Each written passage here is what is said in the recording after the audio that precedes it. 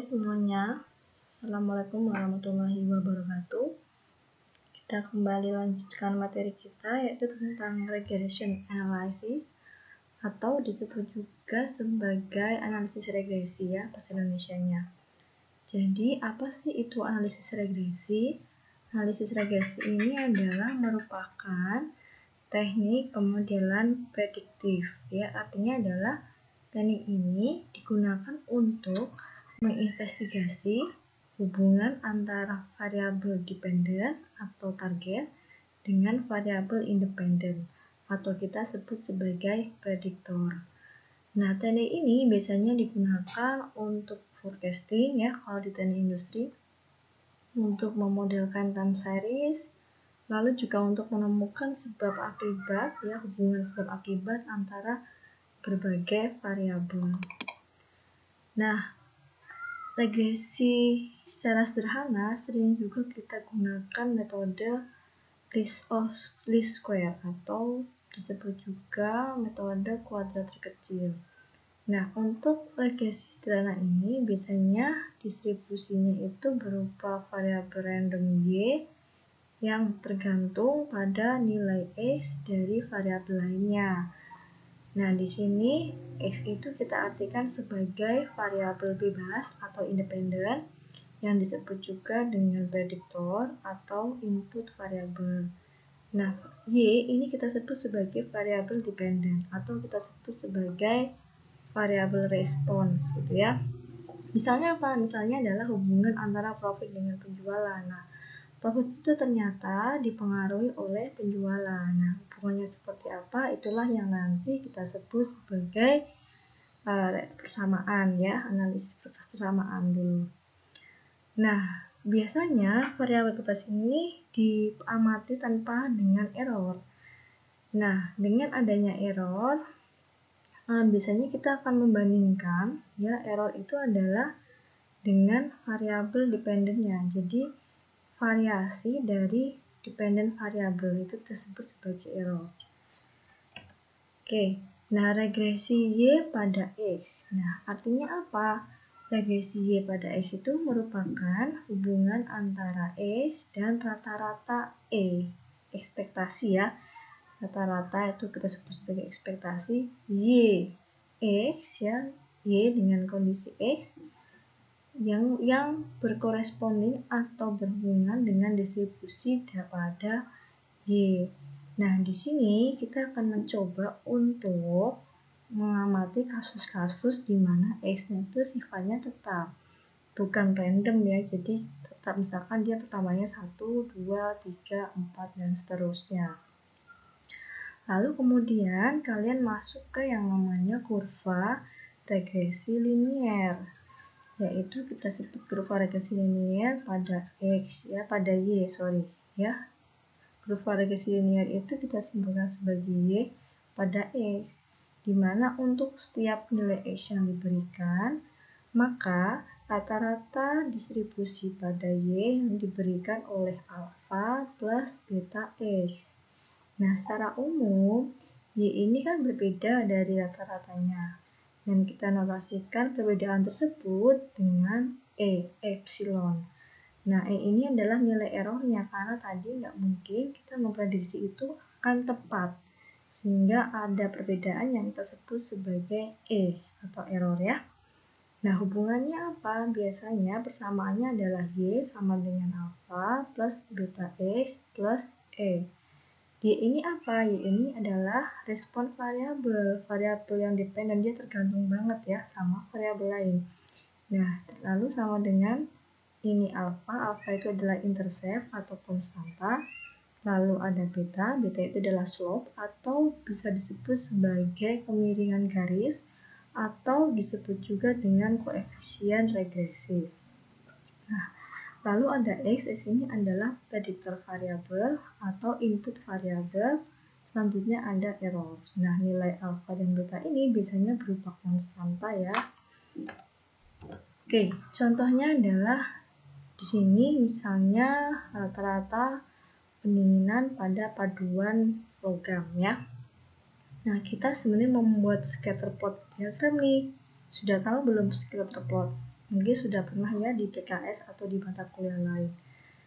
Di sini soalnya menceritakan tentang seorang engineer akan mengadakan sebuah eksperimen dengan tujuan untuk mendapatkan apakah dengan penambahan komponen di dalam paduan logam saat ini dapat meningkatkan rata-rata pendinginan.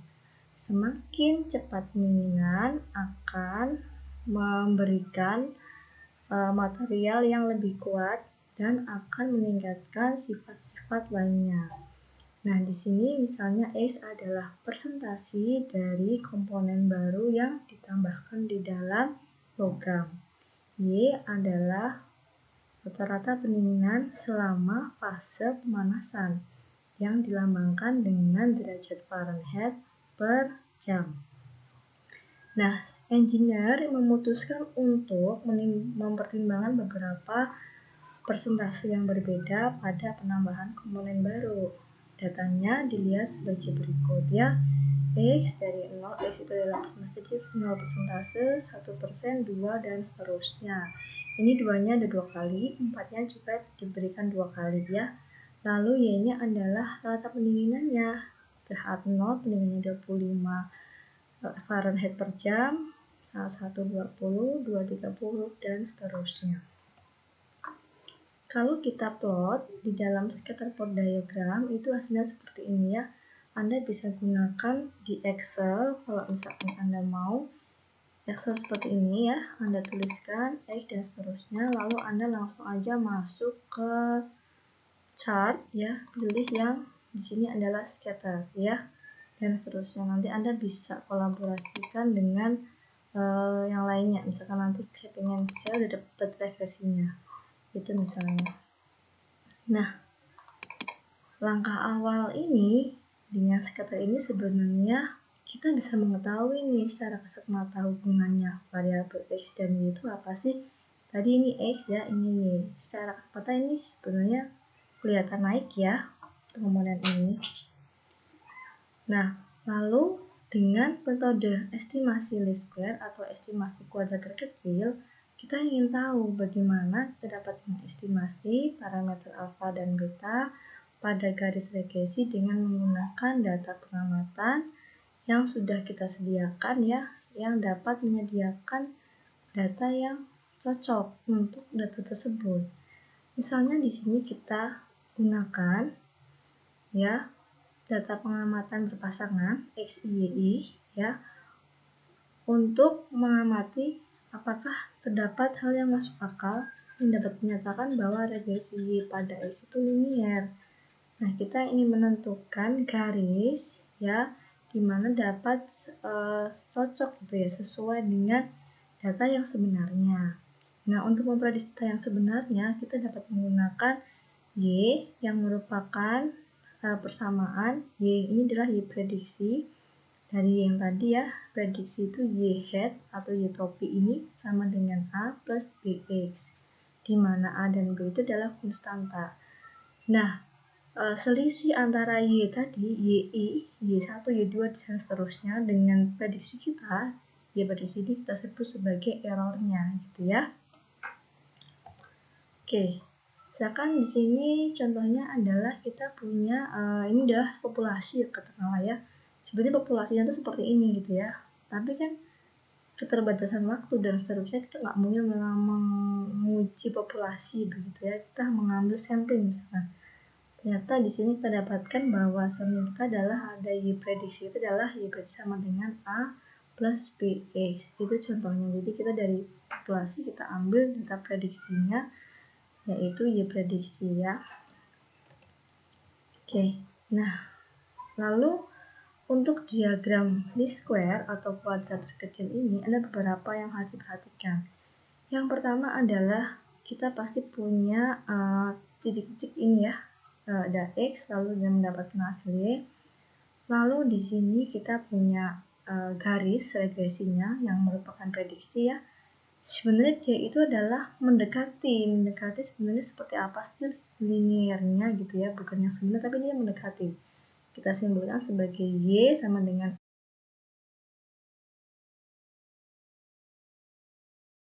Jadi di sini yang perlu kalian ketahui adalah error itu sebenarnya apa? Error itu adalah jarak antara Y yang tadi kita prediksi tadi, ini adalah YI ya, Y itu adalah ini nih, titiknya di sini. Sedangkan kita punya Y-nya itu di sini. Berarti kita itu sebenarnya punya different atau punya perbedaan atau selisih begitu ya, yang kita sebut sebagai E. Jadi semua error ini nanti dijumlahkan begitu. Error 1, 2, 3, 4 dan seterusnya.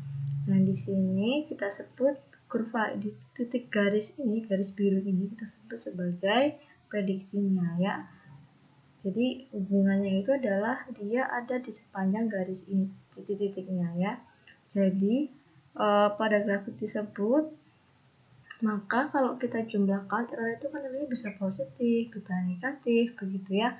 Maka kalau kita jumlahkan dia bisa bernilai 0 begitu.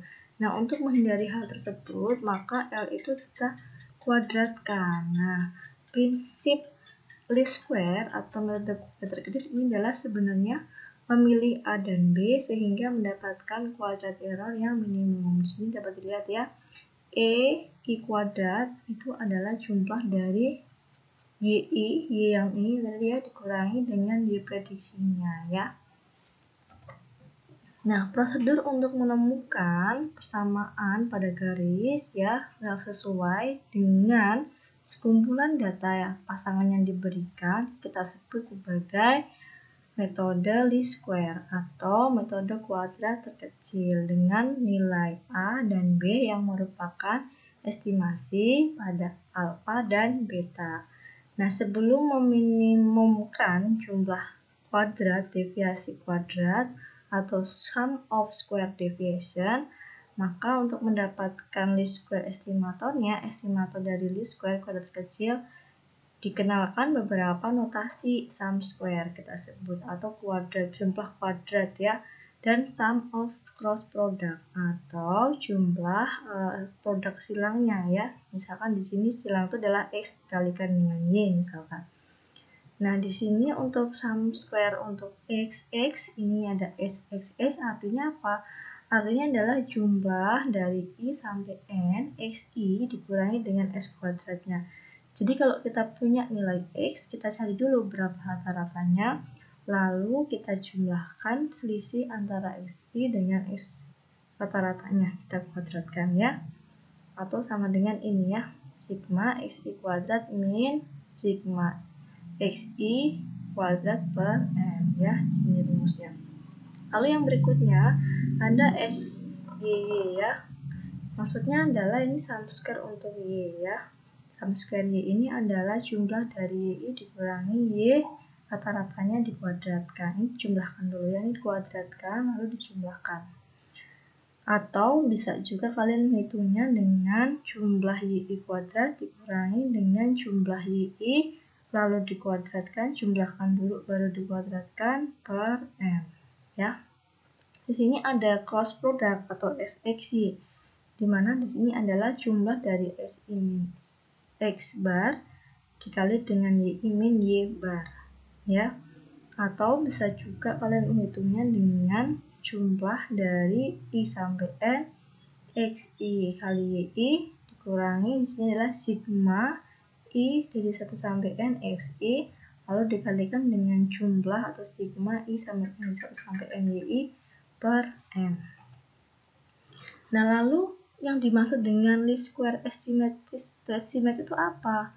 Sebenarnya kita lagi sedang mencari nilai alpha prediction dan beta prediction. Alpha prediction ini kita dapatkan dari rata-ratanya ya, rata-rata dari Y dikurangi dengan B X bar atau rata-rata X, dan untuk beta prediction itu adalah SXY per SXX, sum square XY dan sum square XX, di mana X bar dan Y bar ini merupakan akar dari nilai X dan nilai Y. Nah, lalu estimasi garis regresinya. Kalau kita sudah menemukan nilai alpha prediction dan beta prediction, maka kita dapat menemukan garis regresi yang kita estimasi atau kita sebut sebagai Y hat atau Y prediksi. Di sini Y estimasinya sama dengan alpha hat plus beta di sini adalah beta hat X, di mana simbol topi ini pada Y, alfa, dan beta itu mengindikasikan dia merupakan nilai yang diestimasi.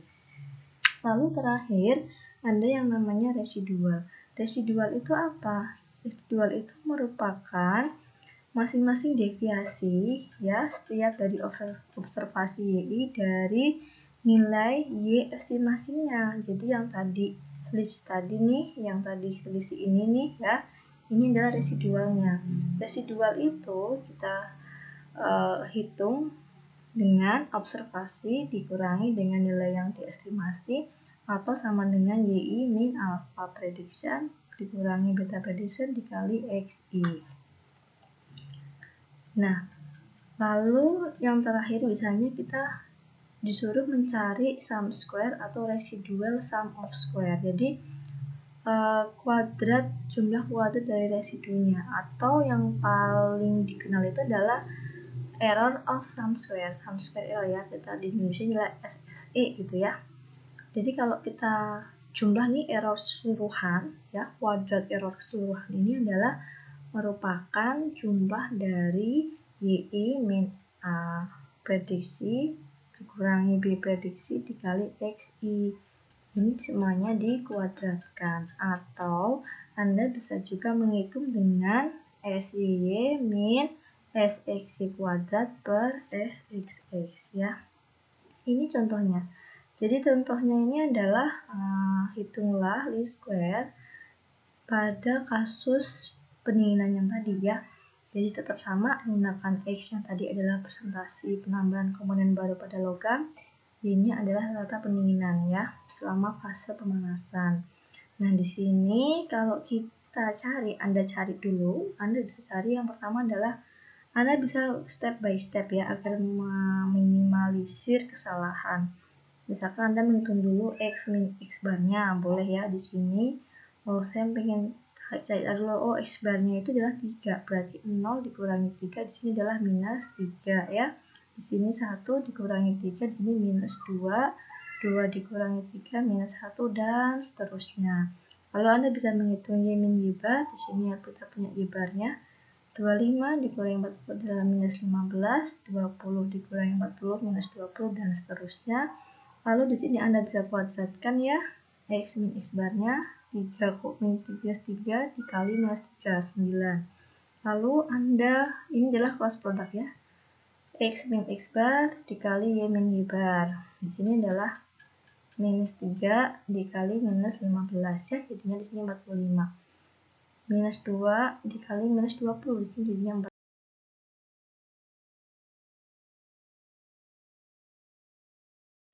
Oke, perhitungan residual itu didapatkan dari perhitungan YI dikurangi dengan alfa prediksi atau alfa hat dikurangi dengan beta prediksi, beta hat dikali dengan XI. Ya, di sini kita harus menghitung alfa dan betanya terlebih dahulu. Perhitungannya dari belakang ya, dari sini ya. Jadi kalau kalian itu harus menghitung SXY dan SXS-nya dari sini Anda bisa bagi sehingga Anda mendapatkan beta prediksinya adalah SXY dibagi SXX sama dengan 6. Untuk alpha hat-nya yaitu dari Y rata-rata dikurangi beta hat dikali X rata-rata sama dengan 40 dikurangi 6 dikali 3 sama dengan 22. Dari perhitungan ini maka Anda bisa dapatkan residualnya atau E. Residual ini misalnya di sini Y-nya itu yang nomor pertama adalah 25 ya. Lalu alfanya itu adalah 22, lalu betanya adalah 6, X-nya itu adalah 0. Sehingga kita dapatkan residual sama dengan 3. Begitu seterusnya sampai didapatkan X yang ke-6 ya. Lalu setelah kita mendapatkan alfa, beta, lalu mendapatkan residual, maka kita bisa buat Y prediction atau last square line-nya, garis kuadrat terkecilnya, yaitu Y prediksi sama dengan alfa prediksi ditambah beta prediksi dikali X sama dengan 22 ditambah 6X ya, tinggal dimasukkan saja nilai alfa dan betanya. Residualnya di sini kalian bisa melakukan perhitungannya. Di sini adalah YI, Berarti untuk YI, min 22, min 6XI, dan seterusnya. Lalu kita dapatkan residual berturut-turut adalah 3, minus 8, minus 4, dan seterusnya. Lalu sum square errornya berarti di sini kita sedang mengkuadratkan residual yang tadi ya. Kita kuadratkan masing-masing, 3 kuadrat plus minus 8 kuadrat plus minus 4 kuadrat dan seterusnya, mendapatkan hasil 270. Atau Anda bisa gunakan cara lain, yaitu dengan menghitung sum square error sama dengan SY minus SXY kuadrat dibagi SXS. Di sini nilainya 1350 dikurangi 180 kuadrat dibagi 30 sama dengan 270. Contoh yang kedua, di sini kita mempunyai tabel hasil pengukuran kecepatan angin dan koefisien penguapan pada pembakaran droplet bahan bakar pada mesin ya, engine. Bisa kita lihat di sini kita mempunyai variabel X yang merupakan air velocity, lalu mempunyai variabel Y yang merupakan koefisien penguapan atau evaporation coefficient. Nah, di sini adalah Anda disuruh buatlah garis lurus dengan data tersebut dengan metode least square dan gunakan untuk mengestimasi koefisien evaporasi pada droplet ketika kecepatan anginnya adalah 190 cm per second. Di sini kita akan menghitung masing-masing datanya. Yang pertama Anda harus diketahui apa saja. Kita punya N10, punya jumlah XI-nya adalah 2000. Tinggal tambahkan saja ya, ini XI ya. Lalu adalah YI, kita tambahkan saja di sini semuanya adalah 8,35. Lalu YI kuadrat ini dikuadratkan. Lalu di sini kita punya XI kuadrat, ini dikuadratkan ya. Jumlah semua XI-nya dijumlahkan lalu dikuadratkan ya. SI dikuadratkan dulu baru jumlah. Ini dikuadratkan, baru kita jumlahkan semuanya. Lalu XI dikalikan dulu ya, lalu dijumlahkan ya. XI ini dikalikan, baru kita jumlahkan. Hasilnya adalah 2175,4. Lalu kita hitung seperti tadi, sum square untuk X, sum square untuk XY, dan sum square untuk YY. Nah, di sini kita dapatkan nilai sum square X-nya adalah 132.000. Sum square XY-nya adalah 505 ya, dengan syarat yang tadi ya, rumus yang tadi. Lalu SY-nya adalah 2,13745 ya. Lalu kita estimasi slope. Slope itu adalah beta ya. Betanya adalah SXY per SXS. Maka di sini tinggal dimasukkan saja rumusnya. SXY 505, SX-nya harus 32. Hasilnya adalah 0,0038. Kemudian di sini kita ingin mengestimasi intercept. Intercept itu adalah nilai alfanya ya. Nilai alfa itu adalah Y kuadrat, Y rata-rata dikurangi beta dikali X bar ya. Di sini tinggal dihitung aja, kita dapatkan bahwa nilai alfanya adalah 0,0692. Lalu untuk membuat garis regresi yang lurus ya, yang mungkin akan sesuai dengan data yang kita punya, itu adalah kita berarti sedang membuat prediksi dari Y ya, prediksi dari Y, maka di sini sumbernya adalah Y hat ya, Y topi, sama dengan kita masukkan nilai alfa interceptnya 0,0692 ditambah 0,003829 X ya.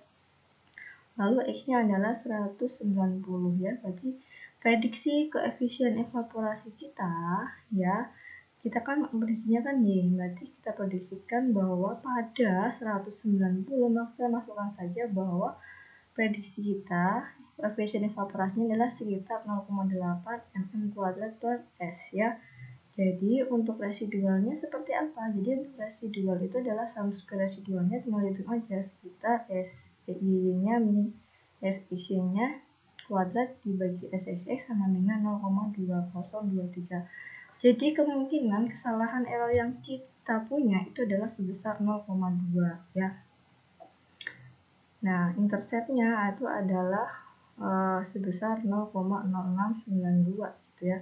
Tetapi di sini sebenarnya yang penting adalah beta gitu ya. Beta ini menandakan apa? Bahwa di sini adalah terdapat pertambahan 0,003829 untuk unit X ya, pertambahan kecepatan angin sebesar sekian 0,0,2 X ya. Jadi ada pertambahan di sini adalah koefisiennya itu akan menambah sekitar sekian 00 sekian setiap kenaikan 1 unit X begitu ya. Nah, yang berikutnya adalah kita mencoba untuk memplotkan ya diagram atau garis dalam dua bentuk yang berbeda ya. Di sini adalah diketahui bahwa kita mempunyai produksi untuk elektron, transmisi elektron multiplier ya pada silikon nanopilar ya untuk membran flat silikon. Nah, membran tersebut itu punya tinggi dan punya lebar ya. Punya tinggi dan punya lebar, strukturnya itu adalah ada tinggi dan ada lebar. Nah, dicobakan pada 50 nanopilarnya ya, dan didapatkan hasilnya seperti ini. Ketika lebar sekian, maka tingginya sekian. Karena lebar dan tinggi itu sangat mempengaruhi dari kualitas elektron tersebut begitu ya. Nah, di sini N-nya 50, seperti biasa Anda temukan dulu X-barnya, lalu Y-barnya, lalu setelah itu Anda cari perhitungan untuk sum square X-nya, lalu juga sum square X-nya, sum square Y-nya. Rumusnya seperti yang tadi ya, seperti rumus yang pertama ini. Jadi Anda bisa gunakan rumus ini ya untuk menghitung sum square X, sum square Y, sum square XY. Kemudian Anda hitung di sini adalah tentukan garis least square, garis kuadrat terkecil untuk memprediksi tinggi dari lebarnya. Yang berikutnya adalah untuk memprediksi lebar dari tinggi. Jadi yang dijadiin variabel Y yang mana untuk soal A? Ya, soal A, Y-nya itu adalah yang height-nya ya, dari X-nya adalah yang width atau lebarnya. Soal yang kedua, width-nya ini menjadi Y, height-nya menjadi X ya. Lalu buatkan scatter plot atau diagram scatter yang menunjukkan kedua garis tersebut, komen ya, berikan komentar Anda. Di sini Y adalah height and the least square estimate ya, dia adalah estimasinya. Di sini kita hitung slope-nya sendiri, slope-nya adalah SXY per SXS, ini 2,464.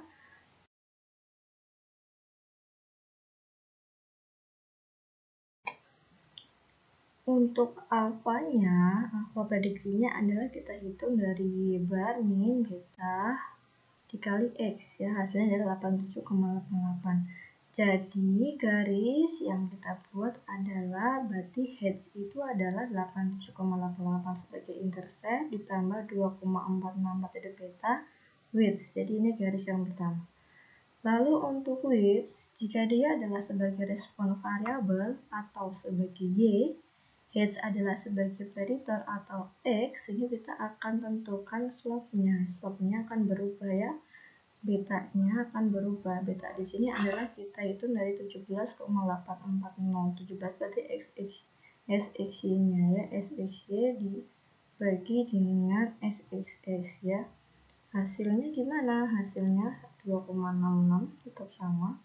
Lalu alfanya ini yang membedakan di sini adalah 88,34. Dari mana tadi? X bar dikurangin beta X ya. Dikurangi beta X di sini adalah betanya berapa? 266, ini ya, 266 dikali 305. Oke, yang membedakan adalah di SXX-nya ya. Yang ini tadi kita bagi dengan SXS untuk beta. Yang ini yang tadi yang kedua kita bagi dengan SYY 66,9. Yang ini nih. Ini yang membedakan ya, sehingga hasil alfanya berbeda, betanya pun juga berbeda ya. Nah, lalu garis yang kita plotkan adalah width itu adalah lebar sama dengan 6,944 ditambah 0,266 Hz ya. Jadi di sini kalau kita plotkan ke skaternya ya. Di sini adalah seperti ini ya.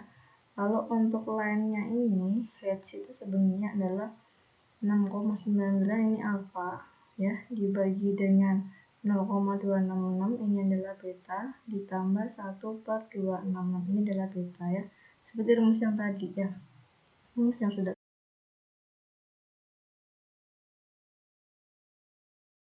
Jadi kalau menemukan ternyata kita pengen sebenarnya untuk hubungan Hz-nya di part B itu seperti apa, kita bisa balik ya, ini sebagai Hz, maka ini adalah dia akan lari ke kiri ya, sehingga menjadi seper ya di sini. Maka kalau kita balik jadinya Hz itu adalah minus 26,11 plus 3,759 ya, bahwa tetapnya adalah keduanya itu melewati rata poinnya X bar dan Y bar ya, semua keduanya itu ada di poin melewati poin 88,34 X dan Y barnya dia 305, jadi papasan di sini ya, di sini sekitarannya. Jadi ini adalah garisnya ya. Untuk yang garis kedua emang dia lebih landai untuk mengawali karena dia minus di sini plus 35, dan ini adalah garis yang kedua ya. Kita plotkan garis yang kedua. Oke, kira-kira itu.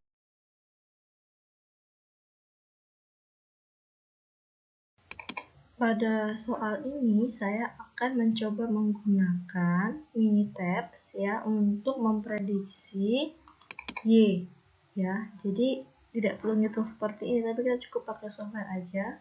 Di sini sebenarnya Anda bisa buat data di Excel boleh ya. Lalu Anda bisa copy, tapi yang penting datanya ini udah benar dulu ya. Copy ke Minitab. Jadi Anda bisa download Minitab di beberapa aplikasi yang sudah free ya, free trial. Itu bisa ya untuk sementara. Nah, di sini saya punya variabel X yang tadi dan Y ya. Di sini saya pengen tahu hubungan dan dari kedua variabel itu ya. Saya pilih di sini ada statistik, stat, ada basic, regresi, ANOVA dan seterusnya. Kita gunakan yang regression aja ya. Kita gunakan regression, fit regression model. Di sini diminta respons, artinya adalah kita minta yang Y-nya sebagai yang mana gitu ya. Di sini saya Y-nya itu adalah yang di sini ya. Lalu prediktor ya, prediktor di sini adalah vektornya, kondisi prediksi adalah yang X ya. Kita yang ini kita tidak pedulikan dulu ya kategorinya. Oke, kemudian di sini ada model, ada option. Nah, kita nggak terlalu pakai ini dulu karena kita masih hanya melihat hubungannya saja ya. Di sini adalah confidence-nya bisa ditentukan mau berapa ya. Di sini saya pakai 95.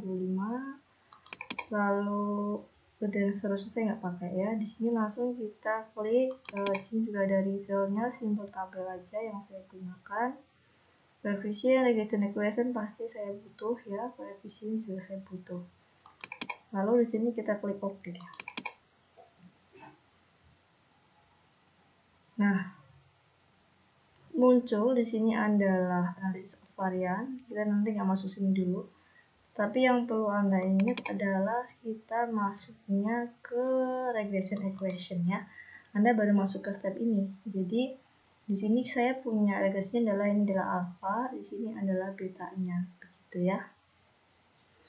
Di sini ada konstanta dari konstanta ini ya, konstanta ini adalah interceptnya, saya ketemu sekian, berarti di sini adalah untuk betanya adalah 0,003 sekian. Begitu. Ini lihat p-value ya, p-value yang pernah kita pelajari dan seterusnya. Oke, ini adalah sum square error-nya. Oke, seperti itu. Nah, untuk R ini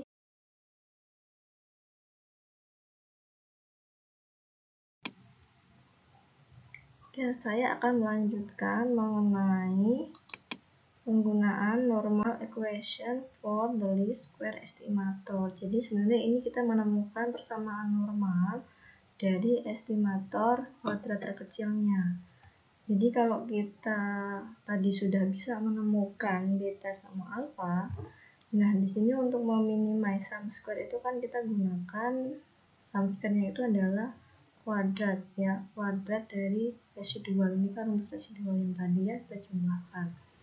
Nah, di sini kita mencoba untuk menambahkan dan mengurangkan dengan bx, x-nya itu x bar min y bar. Ini sebenarnya adalah dimanipulasi gitu ya data ini ya. Jadi y min a min bx ini bisa kita kurangkan y min y bar min b x min x bar plus y min a plus bx bar. Ini sebenarnya kita tambahkan bx ya, dan kita kurangkan y ya, min y. Ini min y plus y, jadinya ya 0 ya kalau kita jumlahkan, dan seterusnya.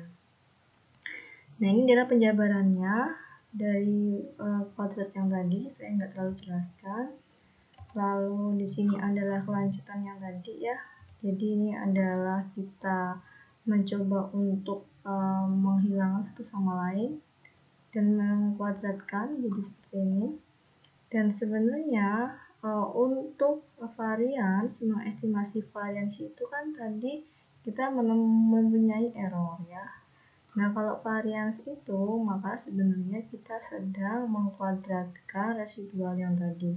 Atau kalau kalian bilang ini standard deviation begitu ya, karena nilainya bisa non negatif juga gitu ya, negatif, sehingga kita kuadratkan. Jadi varians di sini untuk least square di sini adalah untuk memilih sama dengan 0, maka di sini kita kuadratkan biar tidak sama dengan 0 begitu ya.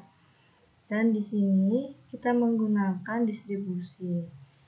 Varians yang menggunakan distribusi ini, kita selalu ingat bahwa kita gunakan degree of freedom. Nah, degree of freedom ini karena kita mempunyai dua variabel, sehingga n-nya itu nggak cuma min 1, tapi minus 2 ya. N min 1 dikali ditambahkan lagi, jadinya n min 2 ya, degree of freedomnya. Nah, untuk normal equation-nya sendiri dari least square estimator, ini tetap kita menggunakan sum of square deviation. Ini namanya sum of square deviation begitu ya. Nah, dengan masing-masing untuk mendapatkan persamaan normal ini sebenarnya adalah kita sedang melakukan turunan parsial dari sum square deviation atau deviasi jumlah kuadrat deviasinya. Jadi kita turunan terhadap A dan terhadap B. Jadi kita dapatkan terhadap A, kita akan dapatkan 2 sigma YI min A plus BXI min 1. Ya, di sini turunan terhadap A, berarti di sini turunan terhadap A. Ya, di sini turunan terhadap A0, di sini turunan terhadap A dia minus 1 ya, turunan terhadap A dia 0. Yang kedua turunkan terhadap B. Terhadap B, maka di sini kuadratnya turun ya, kuadratnya turun. Di sini turunan terhadap B dia 0, terhadap B dia 0, terhadap B menjadi min XI ya. Di sini 1 kan 1. Jadi di sini adalah menjadi min XI ya. B-nya hilang menjadi min XI. Nah, jadi kalau kita masuk ke dalam kurva normal sebenarnya adalah persamaan yang didapatkan itu adalah YI plus AN. Ini setelah kita ubah ya. Jadi yang pertama ini menjadi seperti ini, YI sama dengan AN plus B XI. Nah, kalau kita tambahkan X, maka di sini kita dapatkan dikalikan X adalah XI sigma XI YI sama dengan A sigma XI plus B sigma XI kuadrat. Ini bisa Anda turunkan sendiri ya dari rumus ini. Jadi serangkaian persamaan ini sebenarnya untuk mengestimasi A dan B. Di sini kita nggak tahu nih A dan B-nya, berarti kita tidak mengetahui A dan B-nya. Tapi kita bisa memakai kurva normalnya, persamaan normalnya. Nah, nanti kita bisa mendapatkan nilai A dan B-nya dengan mengeliminasi persamaan tersebut ya. Dan hasil AB-nya ini adalah mirip banget sama dengan alfa dan betanya. Contohnya ini. Tadi kita menggunakan data sampel yang kedua di slide 16 ya. Sini kita udah tahu nih, kita cuma tahunya tuh XI, X dan XI kuadratnya, YI dan seterusnya. Jadi kita gunakan persamaan normal ini, ya udah kita masuk, kita nggak tahu alfa betanya, kita nggak tahu ya. Anda bisa gunakan cara lain. Oh, di sini saya gunakan AN plus BXI-nya ini, ya dapat persamaan pertama, lalu saya gunakan persamaan kedua, SI A X sigma SI. Ini dapat persamaan kedua ya. Di sini 2175 sama dengan 2000A sama dengan 532. Nah, kalau kalian eliminasi, kalian hitung dengan eliminasi ya, di sini mungkin A-nya dikaliin 200 ya. Jadi 2000A kita eliminasi. Kita juga akan dapatkan A-nya 0,069, B-nya adalah 0,00383. Nah, so ini adalah sebenarnya nilai alfa dan beta yang prediksi tadi gitu loh. Jadi